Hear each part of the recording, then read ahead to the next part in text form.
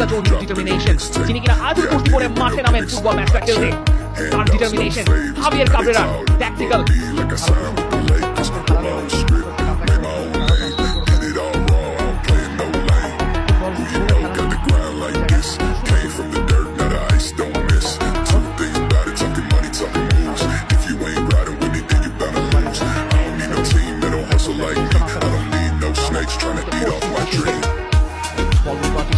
জনির misplace pass থেকে রোমিন পাচ্ছে ইন্ডিয়া।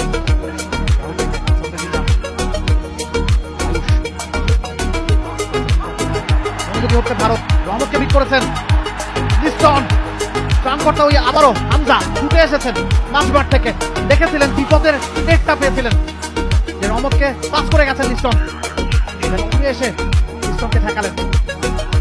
হামজা কতটুকু ডিফারেন্স মেক করতে পারেন আরেকবার।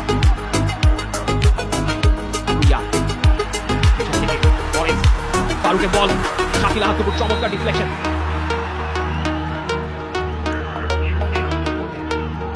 ইন্ডিয়া তাদের ইন্টেন 8 এখনো 9-10 এর কাছাকাছি যেতে পারেনি, সেই জায়গায় যেতে দিতে চাইবে না বাংলাদেশ। শাকিল আহতুবু আরেকবার চমৎকার চমৎকার ডিফেন্ডিং।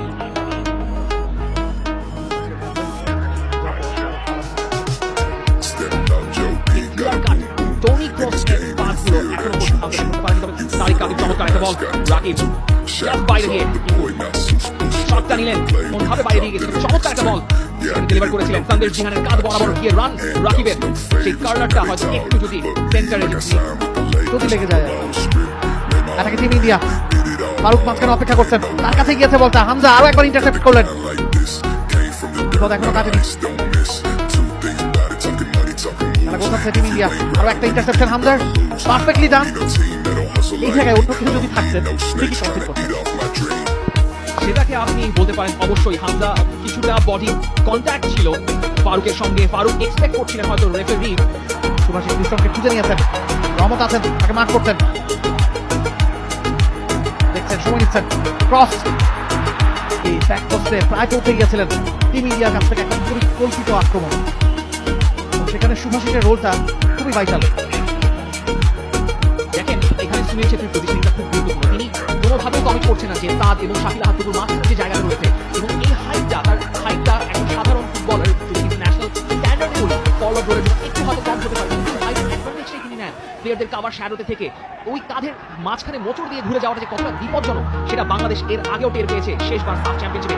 তার জায়গায় বল বাজে জায়গায় লুজ করেছিল বাংলাদেশ, অথবা সুভাষিস বোস যারা সেট পিস থেকে চমৎকার প্রিসাইজ গোল করতে পারেন, সেটাই এখন ঠেকাতে হবে।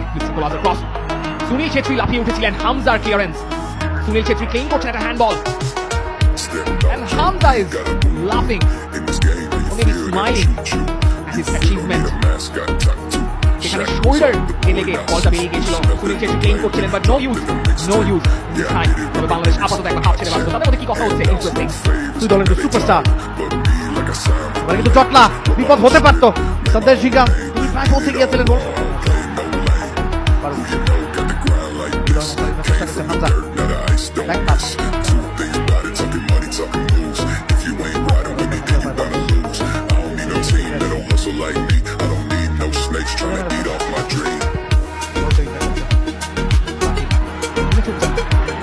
সুযোগ হতে পারে, সুযোগ আছে, এখনো সুযোগ আছে জনির সামনে, মিস করে গেলেন। ধরা খেয়ে যাচ্ছিলেন রাকিবের ইন্টেন্স প্রেসিং, দেখুন সেখানে এগিয়ে এসেছেন জনি, কিন্তু যেভাবে সন্দেশ জিহানকে বিট করতে চাইলেন তার আগেই চলে এসেছেন সুভাষিস, আবারও সেই জায়গায় নতুন আর্মি যুক্ত হচ্ছেন ফয়সাল ফাহিম জনির লাস্ট অ্যাটেম্পট, সেই সঙ্গে শাহরিয়ার ইমনের গেমটা হচ্ছে শাহরিয়ার ইমন ওয়াজ ইন্ডাস্ট্রিয়াল ওঠানামা করেছেন, ফ্ল্যাঙ্ক ধরে সেন্টার সার্কেল ধরে রেখেছেন, তার জায়গায় হচ্ছে ফাহিম এবং চন্দন। দেখা যাক কি হয়। আপুয়া বেরিয়ে এসেছেন, সাদ তবে কমিট করেননি। এই ধরনের জায়গাগুলোতে ইন্ডিয়া ভালোভাবে বল বের করে আনতে পারছে, এবারে বিপদের কারণ হতে পারতো, প্রায় দেখিয়ে ফেলেছিলেন। বাংলাদেশের সাথে যার 6টা গোল আছে, হামজাই মার্ক করছিলেন তাকে, বেশি স্পেস দেননি, তারপর ঠিকই শটটা মিস করেছেন, রাখতে পেরেছেন বলটা ভেতরে। থেকে হামজা উপরে উঠে এসেছেন, হামজা রহমত, হৃদয় বিছানেন, আমার মানুষের কাছে। হৃদয় একটা হলুদ কার্ড দেখবেন। হামজার মিডফিল্ডের সঙ্গী মিডফিল্ড ইন্টেন্সিটি আজকে বজায় রাখে আবাহনী মিডফিল্ডার। যেভাবে চ্যালেঞ্জ করেছেন চুপুরিয়াকে, বলটা চলে যাওয়ার পর যেহেতু গোল ইনটেন্ট করছে, বেরিয়ে যাওয়ার একটা সম্ভাবনা তৈরি হয়। ব্যাপারটা দেখতে ভালো করতে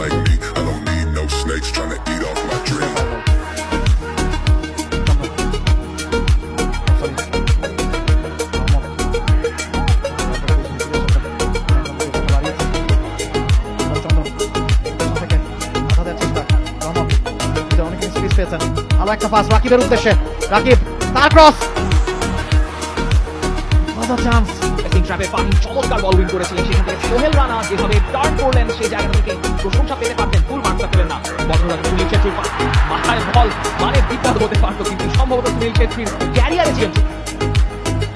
খেয়াল করে দেখবেন হামজা যখনই উপরে উঠেছেন তখনই কিন্তু ইন্ডিয়া সুযোগটা পাচ্ছে। আমরা হামজা আসার পর থেকেই বলছিলাম যে হামজাকে হয়তো হাবিয়ার ক্যাবরেরা একটু উপরের দিকে খেলাতে চাইবেন, প্লেমেকার রোলে বা রাইট সাইডে একটু উপরের দিকে। হাজার বছরের পুরনো সেই হাজার বছর পুরনো ট্যাকটিক কাজে লাগে কিনা দেখা যাক। কাজে এই মুহূর্তে লাগলো না, বলটা পেরিয়ে গেছে, শট নিয়েছিলেন দূর থেকে। আপনি বলছিলেন কাজে লাগছিল না, কিন্তু দেখতেই পারলেন এই ধরনের সিচুয়েশনে anything can happen and what a chance Bangladesh created from that situation. কিন্তু বিশাল কাজ বাংলাদেশের লং থ্রো, এবারে বলে নাগালটা পাশে পেয়েছেন শিফুলিয়ান।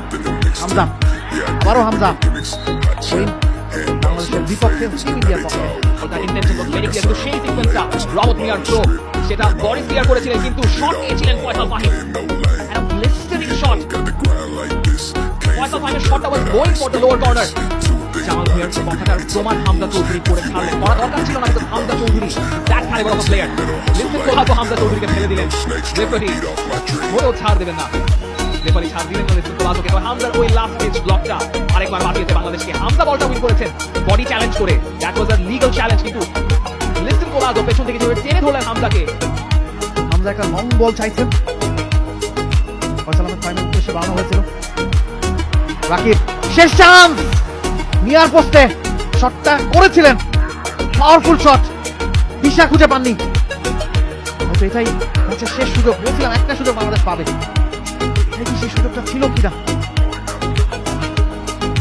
চান্স, রহমত বুঝে শুনেই বলটা সেখানে দিয়েছিলেন, সেকেন্ড বলটা উইন করা হলো, তারপর রাকিব এবং তানদেশ জিংহান আরেকবার, কিন্তু শেষ কাজটা হলো না, গোলটা হলো না। 95 মিনিট পেরিয়ে গেছে, লাস্ট মোমেন্ট, এই জায়গায় বাংলাদেশ বল লুজ করতে চাইবে না। মহেশ লিসেন সেখানে রয়েছেন, কিন্তু থ্রোইনটা পেয়ে যাচ্ছে বাংলাদেশ দল, না ইন্ডিয়াই পেয়েছে। বাংলাদেশের পক্ষে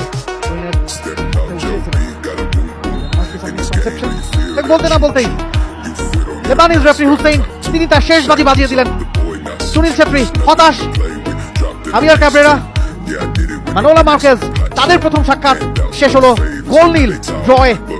কে খুশি হবে এই ম্যাচের এক পয়েন্টে, টিম ইন্ডিয়া না টিম বাংলাদেশ?